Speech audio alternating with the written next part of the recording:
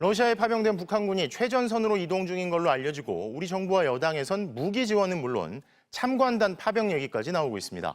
국방부 출입하는 이덕영 기자에게 더 물어보겠습니다. 자, 이 기자, 오늘은 우리 정부가 나토 회원국들과 대응 방안 논의했고요. 모레는 또 한미 국방장관 만나잖아요. 분위기가 긴박하게 돌아가는데 당장 지금 관건은 무기 지원 여부 아니겠어요? 네, 나토와 미국 모두 우리 정부에 지금보다 더 큰 역할을 요구할 가능성이 크고요. 핵심은 무기 지원이 될 가능성이 높습니다.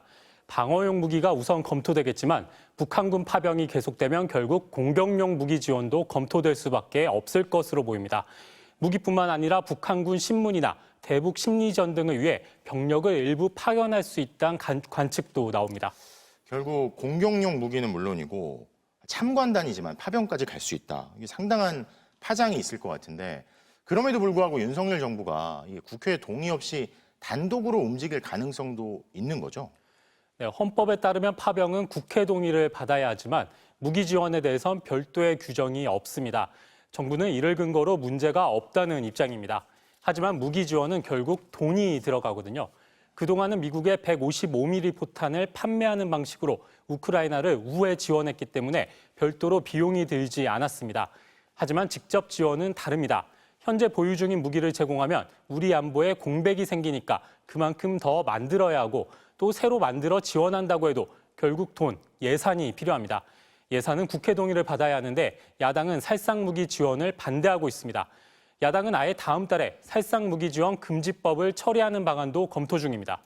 사실 파병, 참관단 파병 얘기가 나오는 거 굉장히 조심스럽고 쉽지 않을 것 같지만 파병까지는 아니더라도 이 살상무기 지원에 대한 여론도 사실 좋지는 않잖아요. 네, 한국갤럽이 지난 22일부터 24일까지 만 18세 이상 1,001명을 대상으로 여론조사를 했는데 무기 등 군사적 지원을 해야 한다는 응답은 13%에 불과했고 의약품과 식량 등 비군사적 지원만 해야 한다가 66%, 어떤 지원도 하지 말아야 한다가 16%로 무기 지원에 반대하는 의견이 82%나 됐습니다. 자, 아무래도 다른 나라 전쟁이 우리를 직접 위협하는 문제가 되는 거니까 그런 것 같은데 자, 전쟁 위험이 높아지는 걸 사람들이 우려하는 거겠죠? 네, 정부는 무기 지원을 이유로 북러 간 군사협력을 막고 자유주의 진영을 돕기 위해서라고 강조합니다. 하지만 여론 대다수는 무기 지원이 오히려 한반도의 전쟁 가능성을 키운다고 우려하는 것 같습니다. 한국 무기로 북한군을 공격하는 일종의 대리전이 벌어지면 남북 간 적대감은 지금과는 비교할 수 없을 정도로 고조될 수밖에 없습니다. 우리와 직접 관련된 전쟁도 아닌데 그런 위험을 감수할 필요가 있냐는 겁니다. 얼마 전 국민의힘 한기호 의원이 신원식 국가안보실장에게 우크라이나와 협조해 북괴군 부대를 폭격하고 이걸 심리전에 사용하자는 메시지를 보내고 신 실장이 잘 챙기겠다고 답변한 SNS 내용이 공개되기도 했는데 북한군 파병을 바라보는 현 정부의 이런 상황 인식도 국민들의 불안을 가중시키는 대목입니다. 전문가들에게 물어봐도 최소한 미국 대선 결과라도 지켜봐야 한다는 의견이 많습니다. 트럼프 같은 경우는 집권하면 바로 우크라이나 전쟁을 종결시키겠다고 하고 있거든요. 미국 대선 결과에 따라 우크라이나 전쟁 향방이 달라지는데 선제적으로 무기 지원을 할 필요가 없다는 얘기입니다. 앞으로 상황이 어떻게 풀려갈지. 자, 이덕영 기자 잘 들었습니다. 오늘 국회에선 모처럼 여야가 손을 맞잡고 민생 문제를 해결할 협의체를 출범했습니다. 하지만 오랜 기간 정치권 최대 현안인 김건희 여사 문제를 두고선 대치 국면이 풀릴 기미가 없습니다. 민주당이 이번 주말 서울 도심 집회를 예고한 가운데 국민의힘은 내부 갈등에 시달리며 이러지도 저러지도 못하고 있습니다. 고재민 기자가 보도합니다. 나란히 선 여야 원내 지도부가 합의문을 손에 들었습니다. 국민의힘과 더불어민주당이 이견이 적은 총선 민생 공약들을 함께 처리하기로 하고 협의체를 출범했습니다. 국민들을 위한 민생 법안을 처리하는 본연의 업무를 이제는 충실히 해야 될 때가 됐다. 협의체에서는 반도체와 AI, 중소기업과 자영업자 지원책 등이 우선 논의될 예정입니다. 여야가 민생에선 발을 맞췄지만 최대 이슈인 김건희 여사 문제를 두고선 양보 없는 대치를 이어갔습니다. 당장 민주당은 이번 주말 서울 도심에서 대규모 장외 집회를 예고했습니다. 장외 여론전에 이어 김 여사 특검법, 또 윤석열 대통령이 거부권을 행사할 수 없는 상설 특검을 동시 추진할 방침입니다. 대통령 부부가 국민에게 진실을 고하고 김건희 특검을 수용하는 것만이 국민의 분노를 잠재우는 유일한 해법입니다. 국민의힘은 민주당이 이재명 대표 1심 판결을 앞두고 탄핵 공세에 나섰다며 반발하고 있습니다. 하지만 뾰족한 대응책이 없다는 게 문제입니다. 여론은 더욱 악화됐고 당내 내용도 진정될 기미가 없습니다. 친한계는 특별감찰관 추천에 대해 의원총회에서 공개 토론을 하자며 친윤계를 강하게 압박했습니다. 대통령이나 대통령 부인이 당보다 우선시되거나 앞설 수는 없습니다.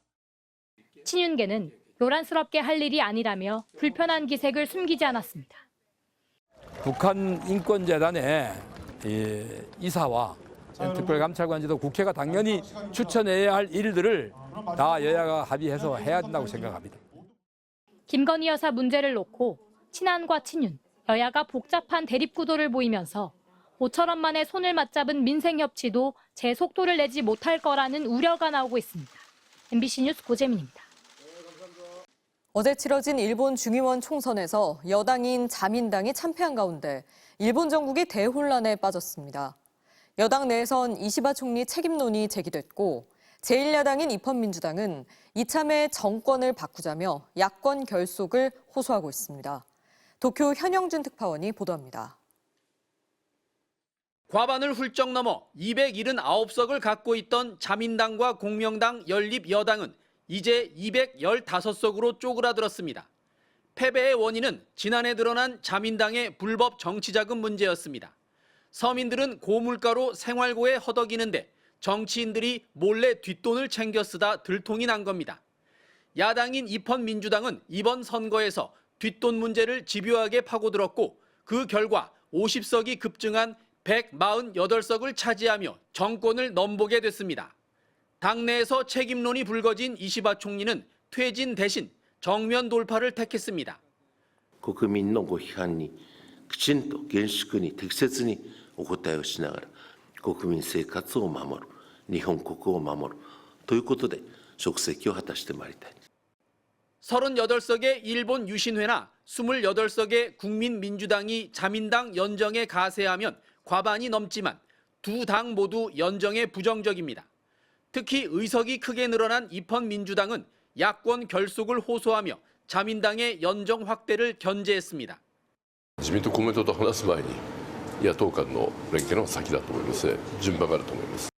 앞으로 한 달 안에 총리 선출을 위한 특별국회가 열리는데 자민당 이시바 총재와 입헌민주당 노다 대표가 총리 자리를 놓고 치열한 표 대결을 벌이게 됐습니다.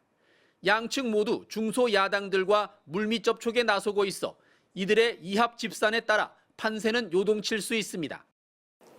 이시바 총리는 표 대결에서 질 경우 역대 최단명 총리라는 불명예를 안게 되고 이긴다고 해도 소수 여당의 식물 총리가 될 가능성이 높습니다. 도쿄에서 MBC 뉴스 현영준입니다. 한국 무인기가 평양에 침투했다고 주장해온 북한이 추락한 무인기의 비행 자료를 분석한 결과 백령도에서 이륙한 게 확인됐다며 우리 군의 개입을 거듭 주장했습니다. 이에 대해 우리 군은 일방적 주장이라며 확인해줄 가치도 없다는 입장입니다. 양소연 기자의 보도입니다.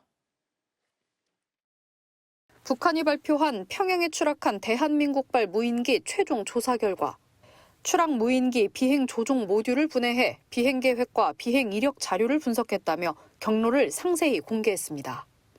지난 8일 밤 11시 25분 30초 백령도에서 이륙해 황해남도 장현군과 초도 주변 해상을 지나 평안남도 남포시 천리마구역 상공을 거쳐 평양으로 침입했다고 주장했습니다. 이후 9일 새벽 1시 32분과 35분쯤 외무성 청사와 지하철도 승리역 사이 상공, 국방성 청사 상공에 각각 대북 전단을 뿌렸다고 덧붙였습니다. 북한은 이 이력을 포함해 지난해 6월부터 있었던 238개의 비행 이력을 모두 확보했고 나머지는 한국 내 비행이었다며 한국 군부가 무인기를 보낸 게 입증됐다고 주장했습니다. 북한은 대내외 매체 모두를 통해 이 소식을 보도했습니다. 주민들에게 한국이 얼마나 못된 집단인지를 한국이 한반도의 긴장을 조성하고 불법 행위를 하고 있다는 것을 부각하는 거죠. 대외, 대내 메시징으로 다 활용이 가능하다고 봅니다.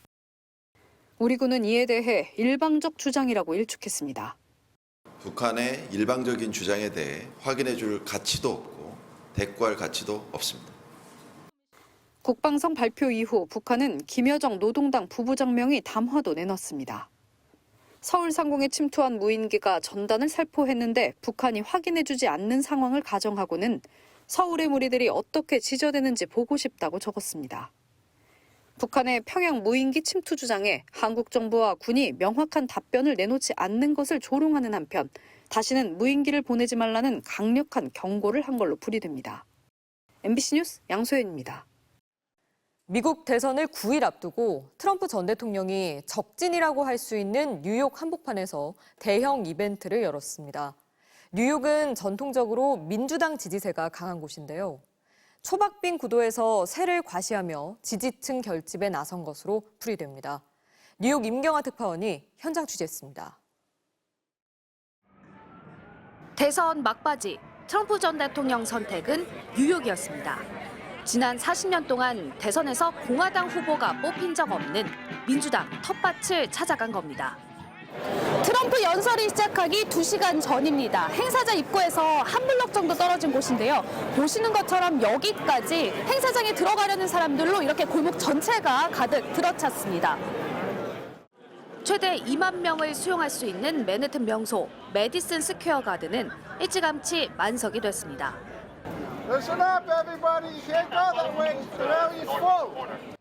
진보 진영 상징과 같은 곳에서 세를 과시했다는 것 자체가 이미 목적을 이룬 거란 평가도 나옵니다. There couldn't be anything that's more iconic. A Trump rally here in the middle of New York City, the home of Donald Trump. We're just really happy to be here. 유 세장은 전당대회를 방불케 했습니다.